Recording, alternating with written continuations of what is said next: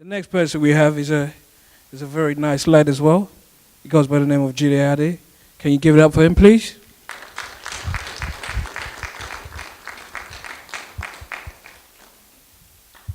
Hello everyone, how are you doing today?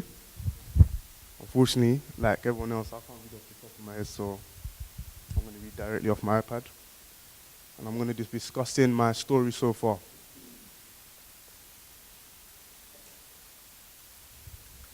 From court cases to business meetings, who said people can't change? I have certainly changed. I've come from a background where I was surrounded by a lot of people doing dodgy stuff, as well as being involved with gangs, etc.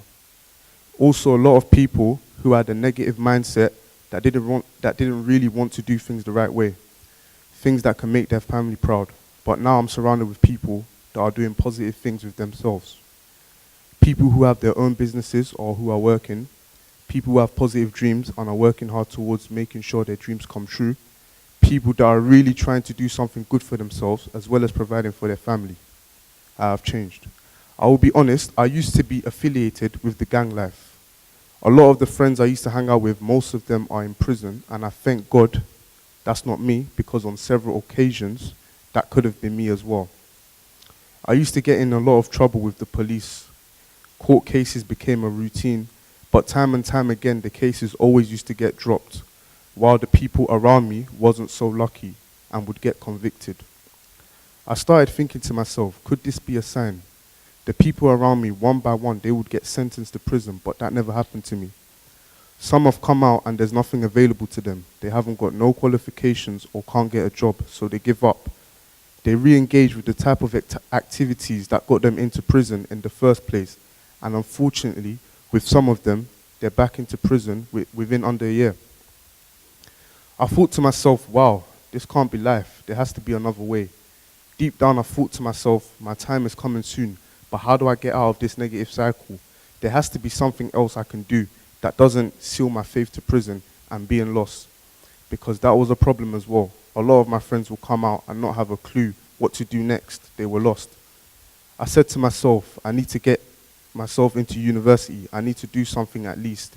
But unfortunately, while trying to get into university and also still being affiliated with the wrong crowd, my parents had enough. They couldn't take it anymore, and that was it.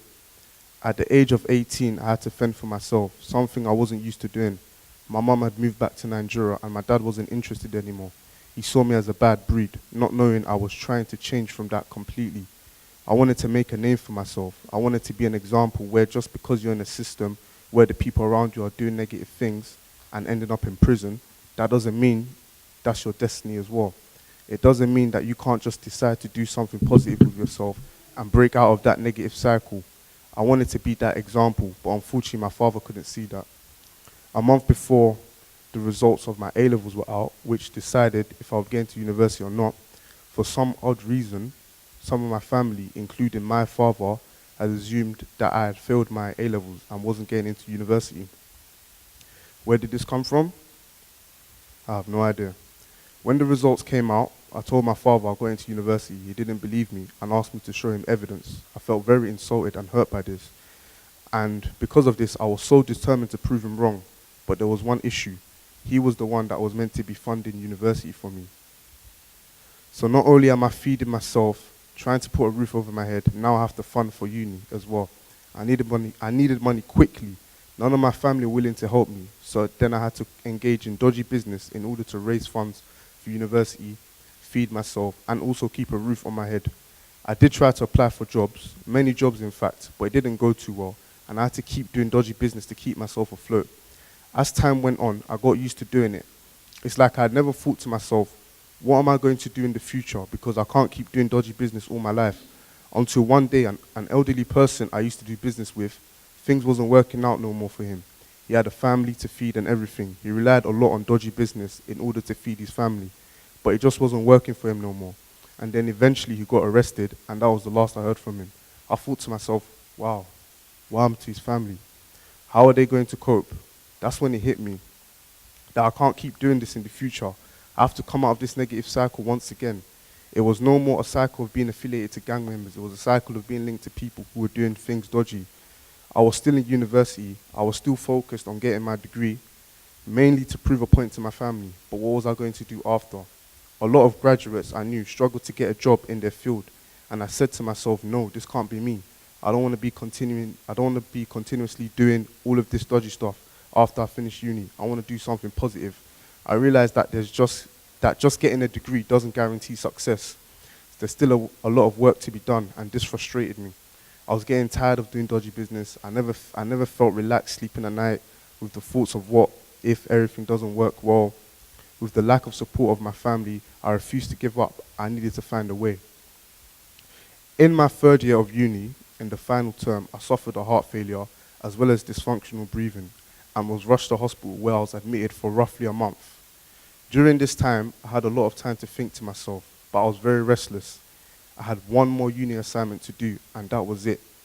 I didn't want any further delay. I didn't want any deadline extension. I just wanted to get everything over and done with.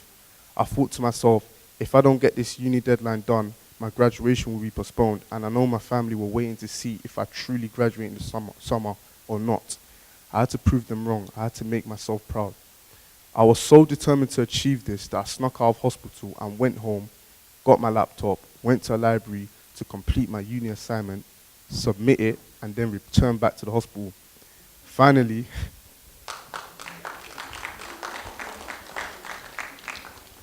thank you. Finally, my mind could finally rest knowing that everything was out of the way. Then I had a lot of time to think to myself. I wondered, why was education so important to African elders, seeing as in this country, you don't need a degree to make it.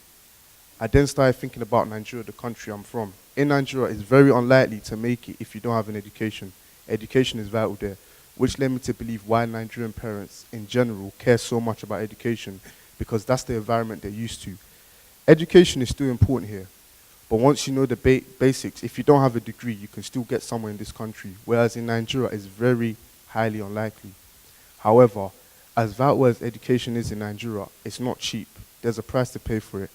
But what if there's a child who comes from a family that can't afford education? What happens to that child's future? Automatically, they're stuck in. It upset me in hospital thinking about that, because me having a small experience, I know it's not easy. That's when I said to myself, I want to have an influence to change that, but how? By building a school that provides free education to people who can't afford one in Nigeria, so that they can have an education and have more opportunities available to them, rather than being stuck in a cycle. Easier said than done, but I was, and I still am, determined to achieve this. But this is a very big project. How could I fund this? I can't fund it from having a normal job. I would prefer to not do it by gaining sponsorship, but rather by doing it from my own pockets and setting an example where other rich people will think to themselves, hold on, that Jide guy just built a school for people in poverty. I want to do the same thing also, thus hopefully setting a new trend. As ambitious as this may sound, I'm willing to work hard to achieve this, but what could I do that could generate enough funds to achieve such? Then it hit me. By starting a business and forming a solid team, as I know I can't do it on my own. I did further research, and to my surprise, there are under 10 black billionaires in this entire world. I was shocked. I couldn't believe this. I thought about this very deeply and thought, how could this be? What do all these people at the top have that a lot of us blacks are missing? Then I noticed that teamwork is missing. Steve Jobs, the founder of Apple, although he is dead, because he wasn't the only one, he had a team around him, thus Apple still continued to run without him. Bill Gates, the founder of Microsoft, has stepped down from his chairman position, but because he had a team around him, Microsoft is still running. Which gave me the idea, in order to make it big, I need a team. You can't do it by yourself. However, with a lot of black people that I've come in contact with, they seem to think that you can make it big without building a team, by riding solo and doing it all by yourself, but you can't. I look around at the type of role models that black people have, and there's not enough positive role models giving the right messages, in my opinion, because even the majority of black people that have made it, they don't really help other black people to make it as well. So which led to another one of my goals, to make it big so that I can be a positive role model to my fellow black brothers and sisters, giving them the right messages, not like some of these rappers that promote selling drugs, gang violence, or showing off your wealth to everyone. In my opinion, I don't believe those are the right messages to be given out. But those are the messages that a lot of the youth listen to. And I want to have a big influence to change that, to unite us and also help others in making their dreams come true also. Thus, when I was in hospital, I decided definitely to start my business, build a solid team, and keep building until the very end. Keep working hard and never lose focus. In July last year, I finally graduated with a first-class degree in computer science.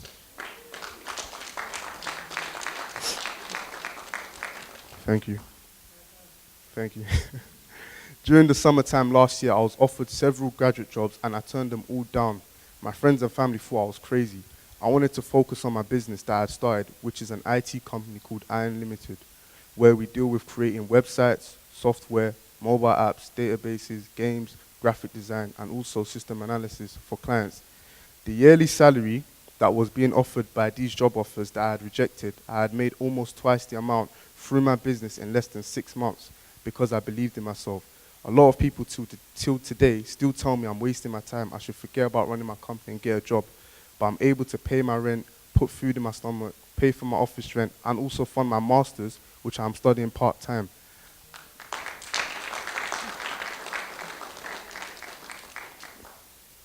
I now have foreign clients in Dubai and Spain, as well as clients in Nigeria as well. I've partnered up with different companies, including Google, Komuzi App, Code Academy, to partake in projects together, one of them including teaching ethnic minorities how to code. I've also networked with a number of different IT companies, as well as investors, to try and arrange investing for other ethnic minorities if they truly need it. It may not be much yet, and I know I'm nowhere close to achieving my final goals also, but it hasn't been a year yet, and I'm getting closer and closer in ensuring that my dreams become a reality, because I believe, and I'll never stop believing, no matter what obstacles block my way, or no matter how many people doubt me, I will always keep believing that I can make it. Thank you.